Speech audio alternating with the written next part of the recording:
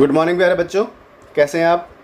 मुझे उम्मीद है आप बहुत अच्छे होंगे। प्यारे बच्चों, ये हम कर रहे हैं 9th क्लास की वर्कशीट सोशल साइंस के लिए, सामाजिक विज्ञान की।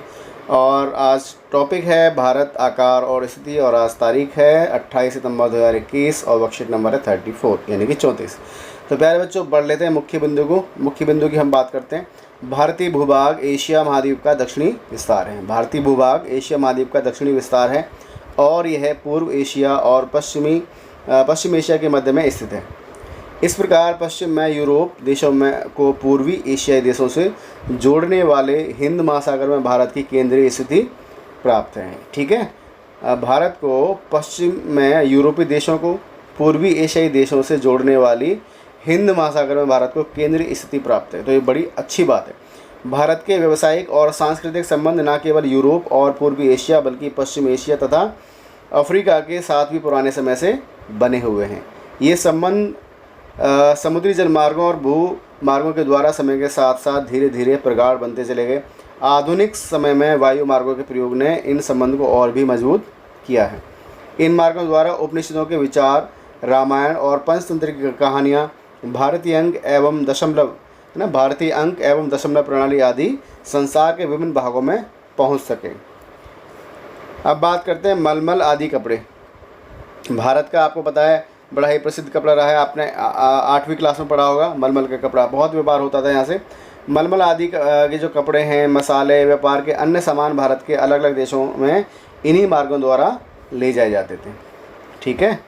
दूसरी तरफ यूनानी स्थापत्य कला तथा पश्चिमी एशिया की वास्तुकला के प्रतीक मीनारों तथा गुंबदों आदि का प्रभाव हमारे देश के विभिन्न भागों पर भी देखा गया है। यानी जो बाहर की जो स्थापत्य कला है, अर्थात जो भवन कला है, उसका प्रभाव हमारे भारत पर इसलिए हुआ क्योंकि वहाँ के जो लोग हैं भारत आए और उसके द्वारा यहाँ पर इस तरह के निर्माण हुए। जैसे जो मुग़ल आए यहाँ पे, अंग्रेज़ आए, तो उनकी जो चीज़ें हमें यहाँ पे देखने को मिली। तो प्यारे बच्चों, अगर आप इस चित्र को ध्यान से देखें, ध्यान से देखिएगा, यहाँ पर लिखा हुआ है पहला पॉइंट, ये जो आपकी लाइन है ये वाली, इसे बोलते हैं वायु मार्ग, और जो डॉट डॉट वाली लाइन है इसको कहा गया है इसमें समुद्री मार्ग। तो जैसा आप देख रहे हो, भारत एक तरीके से यहाँ पे केंद्र में स्थित है ना। यहाँ केंद्रीय स्थिति प्राप्त है भारत को। और अगर हम बात करें, देखो इसके जो संबंध है समुद्री मार्ग से, आप देखिए कहाँ से, सुएज नहर। यहाँ सुएज नहर के द्वारा जो बाद में पता चला, तो ये भी भारत के लिए एक बहुत अच्छा रास्ता था, शॉर्टकट हो गया था जो लोग, क्योंकि पहले इंग्लैंड वाले बहुत दूर से घूम कर आते थे। और ऐसे ही यहाँ देखिए आप, टोक्यो का ये समुद्री मार्ग से जापान है ना, यहाँ से समुद्री मार्ग से भारत की तरफ लोग आते थे। और ये कलकत्ता। ठीक है। तो मुख्य जो केंद्र थे समुद्री मार्ग के लिए कलकत्ता और मुंबई हुआ करते थे, जैसा कि आप देख रहे हो यहाँ पर। और फिर बाद में वायु मार्ग के द्वारा आप देख रहे हो सीधे सीधे कहाँ से कहाँ पर, दिल्ली से आप जा रहे हो ईरान और अमेरिका, और पता नहीं पूरे विश्व में अब बहुत सारे वायु मार्ग के द्वारा शॉर्टकट चीज़ें खुल गई हैं। ठीक है। तो इस तरीके से चीज़ें बनी हैं। तो प्यारे बच्चों, अब इसमें बहुत आसान से प्रश्न है, इनको भी हम जल्दी से कर लेते हैं। तो इसमें पहला प्रश्न है, विश्व मानचित्र पर भारत की अवस्थिति का वर्णन कीजिए। विश्व मानचित्र पर भारत की अवस्थिति का वर्णन कीजिए। तो प्यारे बच्चों, विश्व मानचित्र पर भारत एशिया महाद्वीप के पूर्व और पश्चिमी के मध्य में स्थित है। जैसा कि आपको पता है, भारतीय भूभाग एशिया महाद्वीप का दक्षिणी विस्तार है। ठीक है। हिंद महासागर जो कि पश्चिम में यूरोपीय देशों और पूर्वी एशियाई देशों को मिलाता है, भारत को केंद्रीय स्थिति प्रदान करता है। दक्षिण का पठार हिंद महासागर में शीर्षवत फैला हुआ है ना, ऊपर की तरफ फैला हुआ है। और पश्चिमी एशिया, अफ्रीका और यूरोप के देशों के साथ साथ पूर्वी एशिया के देशों से भी पूर्वी तट के माध्यम से निकटतम संबंध बनाए हुए हैं, है ना। जो भारत का पूर्वी तट है, पश्चिमी तट है, उनके माध्यम से भी हमें उसमें व्यापार में, सांस्कृतिक आदान प्रदान में बड़े लाभ प्राप्त हुए हैं। हिंद महासागर किसी भी देश की तटीय सीमा भारत जैसी नहीं है ना। तो हिंद महासागर में कोई भी ऐसा देश नहीं जिसकी तटीय सीमा भारत की जैसी हो। भारत की इसी महत्वपूर्ण स्थिति के कारण इस महासागर का नाम हिंद महासागर रखा। और प्यारे बच्चों, आपको जानकर हैरानी होगी कि एकमात्र ऐसा महासागर है पूरी दुनिया में जिसका नाम किसी देश के नाम पर पड़ा हुआ है। ये है हमारे देश के नाम पर। ठीक है। जैसा कि आप यहाँ देख पा रहे हो, हिंद महासागर है ना, ये हमारा है प्यारा भारत यहाँ पर। और आप देख रहे हो एक तरीके से क्या क्या कहा गया, एशिया का विस्तार है, एशिया का दक्षिणी विस्तार है यहाँ पर इस तरीके से। तो इसका संबंध किस तरीके से है ना, आप भी जानते हो। अब बात करते हैं प्रश्न नंबर 2 की, ये भी बड़ा आसान है। पहला जो प्रश्न है, प्रश्न नंबर 2 है, इसमें भारत के व्यावसायिक और सांस्कृतिक संबंध विश्व के जिन भागों के साथ थे उनमें से कुछ देशों के नाम लिखिए। तो प्यारे बच्चों, आपको पता है भारत आदिकाल में सोने की चिड़िया कहा गया है। भारत पूरे विश्व के लिए आकर्षण का केंद्र रहा है और भारत के व्यापारिक और सांस्कृतिक संबंध विश्व के अनेक देशों से रहे हैं। उदाहरण के लिए चीन, श्रीलंका, इंग्लैंड, फ्रांस, पुर्तगाल, यूनान, ईरान, इराक, मिस्र, कंबोडिया, थाईलैंड और इंडोनेशिया आदि। तो बहुत सारे देशों से भारत के संबंध आदिकाल से रहे हैं। जापान वगैरह भी इनमें शामिल था। ठीक है, अब बात करते हैं प्रश्न नंबर 3 की। प्रश्न नंबर 3 क्या है, इसे ध्यान से हम पढ़ लेते हैं। हिंद महासागर में केंद्रीय स्थिति से भारत को किस प्रकार का लाभ प्राप्त हुआ है। हिंद महासागर में जो भारत एक तरीके से केंद्रीय स्थिति में, तो उसके द्वारा हमें भारत को क्या क्या लाभ मिले इसके बारे में जानकारी समझेंगे। तो प्यारे बच्चों, इस चित्र को हम जो मानचित्र है इसको हम दोबारा से देख लेते हैं एक बार। जैसे कि आप देख रहे हो, ये वायु मार्ग है और ये जो डॉट डॉट वाली लाइन है ये जल मार्ग रहा है।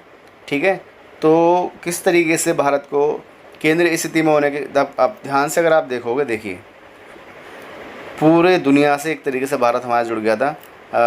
मैं फिर से आपको दिखाने की कोशिश करता हूँ। यहाँ पर देखिए, 1 मिनट, यहाँ देखिए ये है ऑस्ट्रेलिया, है ना। ऑस्ट्रेलिया से भी समुद्री मार्ग के द्वारा भारत ही जुड़ा हुआ था। यहाँ पर अगर आप देखेंगे इस तरीके से, यहाँ देखिए यहाँ से, और ये है मिस्र, है ना। यहाँ पूरे यूरोप से और ऑस्ट्रेलिया तक भारत जुड़ा हुआ था। जापान से भी समुद्री मार्ग से जुड़ा हुआ है ना, फिलीपींस, और ये अफ्रीका, पूरी दुनिया से भारत एक तरीके से जुड़ा हुआ था। केंद्र में स्थिति होने का बहुत सारा लाभ भारत को मिला है, क्योंकि भारत को जो तट की सीमा है वो काफ़ी बड़ी और अच्छी है, जो कि ये जो पूर्वी एशिया से भी भारत को जोड़ रही है, पश्चिमी एशिया से जोड़ रही है और दक्षिणी एशिया से भी भारत को जोड़ रही है।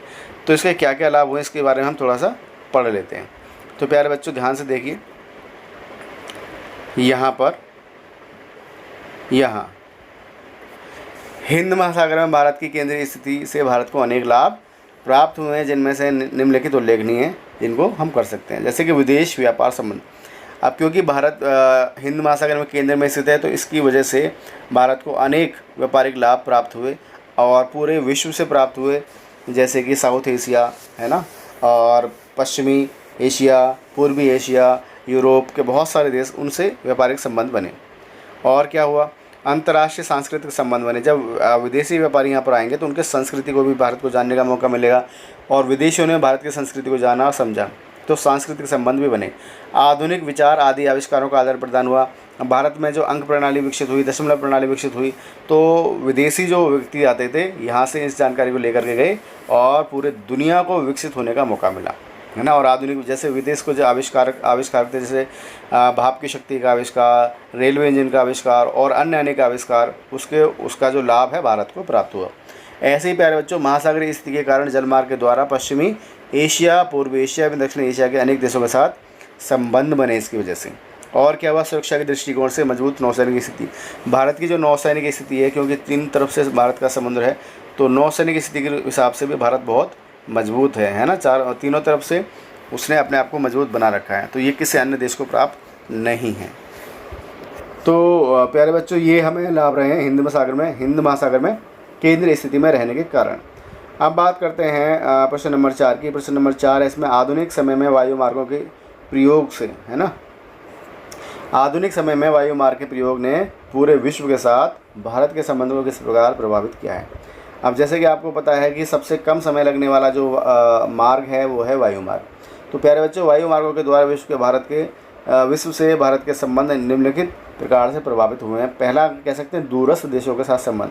अब क्योंकि आपको पता है पहले जो समय है, जैसे जलमार्ग में बहुत लंबा समय लगता था, लेकिन अब क्योंकि बहुत दूर दूर के संबंध, जैसे कि आप कहें कि ऑस्ट्रेलिया की बात करें, अमेरिका की बात करें, है ना, जापान की बात करें, और दूर दराज जितने भी देश हैं उनके साथ संबंध भी इसके ठीक से बन पाए। उनमें कम समय की बचत हुई है। कम समय में पूरे विश्व के साथ व्यापारिक एवं मैत्री संबंध बन पाए हैं वायु मार्ग की वजह से। आयात एवं निर्यात संबंधी गतिविधियों में समय की बचत हुई है। अब विदेशों के अनेक शिक्षार्थी, यानी जो कुछ लोग हैं, जो जैसे कि श्रीलंका, है ना, और आपका नेपाल, पाकिस्तान, अफ़गानिस्तान, और कुछ रशिया के लोग, भूटान के लोग, अनेक देशों के लोग भारत में पढ़ने के लिए आते हैं। ऐसे ही भारत के बहुत सारे जो बच्चे हैं, स्टूडेंट हैं, विद्यार्थी हैं, वो पढ़ने के लिए विदेश जाते हैं। तो ये वायु मार्ग के द्वारा सरल हो गया है। अब बात करें पॉइंट नंबर 5 की, तो भारत के लोग पर्यटन के उद्देश्य से विश्व के अनेक देशों में सरलता से जा सकते हैं एवं पूरे विश्व से पर्यटन यात्री भारत आ सकते हैं। ये वायु मार्ग के द्वारा प्यारे बच्चों संभव हुआ, अर्थात पर्यटन को बढ़ावा मिला है और भारत की जीडीपी में वृद्धि हुई है। ठीक है, तो ये भी भारत को लाभ है। तो प्यारे बच्चों अब बात करते हैं इस वर्कशीट के अंतिम प्रश्न की, प्रश्न नंबर 5। ये है, मानचित्र की सहायता से बताइए कि समुद्री मार्ग के द्वारा मिस्र से ऑस्ट्रेलिया जाने के क्रम में भारतीय तट किस प्रकार लाभ की स्थिति में होंगे। अब आप समझ लीजिए, इस चित्र को दोबारा से ध्यान से देखिए। जैसे कि आप यहाँ पर देख सकते हो, यहाँ पर है प्यारे बच्चों ऑस्ट्रेलिया, यहाँ जैसे कि आप देख पा रहे ये ऑस्ट्रेलिया है और ये भारत है और ये है मिस्र। तो जैसा कि आप देख रहे हो, यहाँ मिस्र से एक तरीके से भारत यहाँ बीच में पड़ रहा है। तो जो समुद्री जो जहाज़ थे वो यात्रा में यानी कि चलते जब थक गए, आराम करे, तो उन्हें आराम के लिए एक जगह मिल गई भारत। तो यहाँ भारत में आकर रुके, तो यहाँ पे उन्होंने भोजन किया या और चीज़ें समझी जानी, और यहाँ के लोगों से भी उन्होंने व्यापार किया, सांस्कृतिक संबंध बनाए, पर्यटन को बढ़ावा मिला, है ना, बहुत सारी चीज़ें मिली। ऐसे ही ऑस्ट्रेलिया से आने वाले लोगों के लिए क्या लाभ मिला, वो यहाँ कलकत्ता भी गए और यहाँ मुंबई भी गए और यहाँ मिस्र के लिए। तो इस तरीके से क्योंकि भारत बीच में पड़ा तो उसे अनेक लाभ मिले ऑस्ट्रेलिया और मिस्र के आने जाने वाले जो व्यापारी थे। तो उनसे उनके सांस्कृतिक संबंध बने, है ना, व्यापारिक संबंध बने और इन दोनों ही देशों को जानने समझने का मौका मिला। ठीक है, तो ये लाभ की स्थिति में इसलिए रहा है। तो इसको थोड़ा पढ़ लेते हैं, किस तरीके से आप लिखोगे। मिस्र एवं ऑस्ट्रेलिया के मध्य जलमार्ग से होने वाली गतिविधियों से भारतीय तट इस प्रकार लाभप्रद हैं, जैसे कि मिस्र एवं ऑस्ट्रेलिया से आने वाले व्यापारी भारत के तटीय देशों में रुककर भारत को व्यापारिक एवं सांस्कृतिक लाभ प्रदान करते हैं।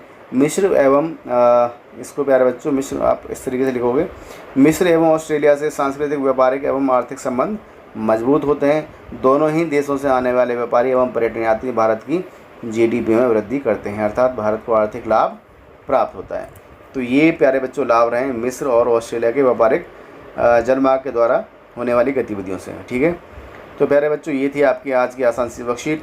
आप इसे बहुत ध्यान से पढ़िएगा, रिपीट करके समझिएगा, है ना। जब आप इसे रिपीट करके देखेंगे तो आपको आसानी से कुछ चीज़ें और भी समझ में आएंगी। तो प्यारे बच्चों आप अपना बहुत ध्यान रखिए, खुश रहिए और पूरी मेहनत से पढ़िए। अपना बहुत ध्यान रखिए। आपका बहुत बहुत शुक्रिया, धन्यवाद।